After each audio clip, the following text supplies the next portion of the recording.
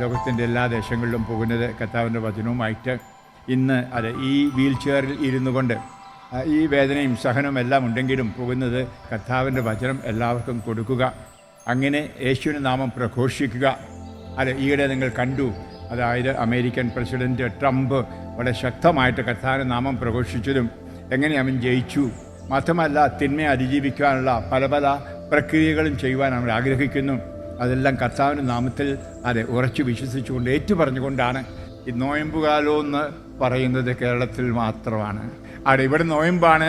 ഒരു നേരമൊക്കെ നിന്ന് കള്ളുകൂടിയെല്ലാം നിർത്തി, ബീഡികളെല്ലാം നിർത്തി, തലയെല്ലാം പടലിലോ ഇങ്ങനെ അയ്യോ പാവേന്നും പറഞ്ഞ് നടക്കുക. എന്നിട്ട് എനിക്ക് നോയമ്പാണ് 25 ദിവസം എന്ന് പറയുന്നത്. പ്രിയമുള്ളവർ, നമുക്ക് അല്പം ഒന്ന് ചിന്തിക്കാം, എന്താണ് ഈ ആഗമനത്തിൻ്റെ അർത്ഥം. ഇവിടെയാണ് ആദ്യമേ നമ്മൾ മനസ്സിലാക്കണം, നമ്മുടെ ക്രിസ്തീയത മറ്റു മരങ്ങളിൽ നിന്നും വ്യത്യസ്തമാണ്. ഞാൻ ഒരിക്കലും ക്രിസ്തു മതമെന്ന് പറയില്ല. മരത്തിൻ്റെ പ്രക്രിയകൾ എല്ലായിടത്തും ഉണ്ട്. കൊട്ടയും കുരവയും ചെണ്ടയും മേളവും കഴുന്നും തുലാഭാരവും എല്ലാം അത് മരത്തിൻ്റെയാണ്. എനിക്കത് ഇഷ്ടവുമില്ല, നമുക്ക് ഇഷ്ടപ്പെടാൻ പറ്റുകയില്ല. നമ്മൾ ഒരു മതമല്ല, നമ്മൾ ഒരു വഴിയിലാണ്, യേശുവാകുന്ന വഴിയിൽ. ഈശോ പറഞ്ഞില്ലേ, ഞാൻ വഴിയും സത്യവും ജീവനുമാകുന്നു. യോഹന്നാൻ എഴുതിയ സുവിശേഷം 14:6 നിങ്ങൾക്കെല്ലാം ഹൃദയസ്ഥമായിട്ടറിയാം.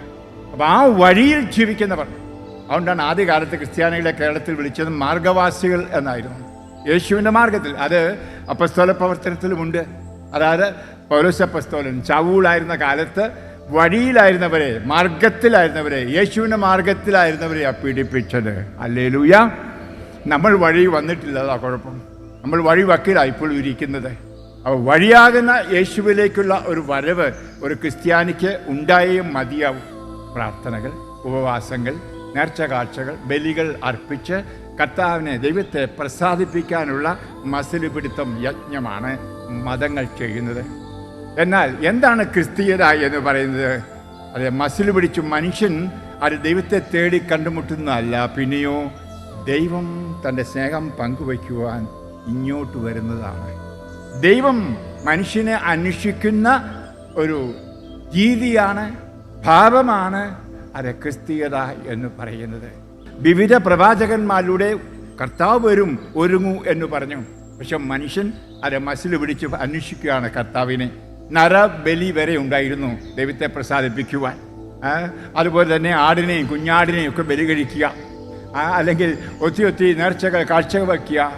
ഇത് കണ്ട ദൈവം, പിതാവാ ദൈവം കാണുകയാണ് ഈ മനുഷ്യൻ്റെ അന്വേഷണം. അപ്പോൾ മനസ്സിലായി, ഇവന്മാരെത്ര മസിൽ പിടിച്ച് അന്വേഷിച്ചാലും എന്നെ കണ്ടെത്തില്ല. എന്നെ കണ്ടെത്തണമെങ്കിൽ അവർക്ക് ഒരു രൂപം കാണണം. എന്ന് പറഞ്ഞാൽ ഒരു മനുഷ്യരൂപം കാണണം. ആ പഞ്ചേന്ദ്രിയം ഉള്ളവരാണ്, കണ്ണും മൂക്കും നാക്കും ത്വക്കും ഒക്കെ ഉള്ളവരാണ്. അപ്പോൾ എങ്കിൽ മാത്രമേ അവർക്ക് എന്നെ കണ്ടുമുട്ടാൻ കഴിയൂ. കാരണം ഞാൻ അരൂപിയാണ്.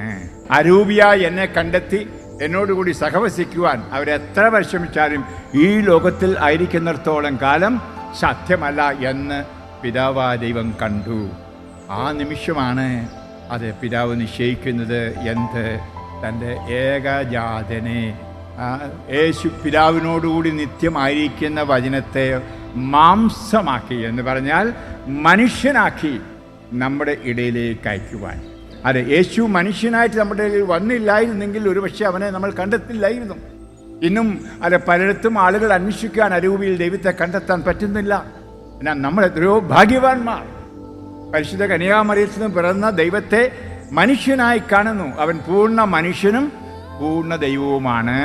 ഇനിയും വളരെ മനോഹരമായിട്ട് നമ്മൾ വായിക്കുന്നുണ്ട്, തൻ്റെ ദൈവികത്വം മുഴുവനും മറച്ചു വെച്ചുകൊണ്ട് ഒരടിമയെപ്പോലെ ഒരു മനുഷ്യനായിട്ട് നമ്മുടെ ഇടയിൽ അവൻ പിറന്നു. ഫിലിപ്പിയർക്ക് ലേഖനം 2-ാം അധ്യായം 5-ാം വചനം അതാണ് പറയുന്നത്. അതായത് തൻ്റെ സർവമഹത്വങ്ങളും വേണ്ട എന്ന് വെച്ചുകൊണ്ട്, ദൈവത്തോടുള്ള സമാനത നിലനിർത്തേണ്ട എന്ന് വിചാരിച്ചുകൊണ്ട് മനുഷ്യനായി പിറന്നു. വെറും മനുഷ്യനായിട്ടില്ല, ഒരടിമയെപ്പോലെ എന്ന്. അടിമയുടെ പണിയായിരുന്നു കാല് കഴുകുന്നത്. അതുകൊണ്ടാണ് അടിമയെപ്പോലെ എന്ന് പറഞ്ഞാൽ നമ്മൾ ഓരോരുത്തരെയും അടിമത്തത്തിൽ നിന്ന് രക്ഷിക്കുവാൻ. നമ്മുടെ അടിമത്തം എന്താണ്? പാപത്തിൻ്റെ അടിമത്തം. യോഹന്നാൻ 8:34, പാപം ചെയ്യുന്നവൻ പാപത്തിൻ്റെ അടിമ. അപ്പോൾ ഈ അടിമകളെ രക്ഷിക്കുവാൻ സ്വയം ഒരടിമയാകുന്നു. ഒരു മനുഷ്യനായി പിറക്കുന്നു അമ്മ പരിശുദ്ധ കന്യകാമറിയത്തിൻ്റെ ഉദരത്തിൽ. ഈ വലിയ സംഭവമാണ് നമ്മൾ ക്രിസ്മസിന് ആഘോഷിക്കുന്നത് എന്നോർക്കണം. അതായത് തമ്പുരാൻ്റെ മനുഷ്യരിലേക്കുള്ള വരവ്, അതാണ് നമ്മൾ ആഘോഷിക്കുന്നത്.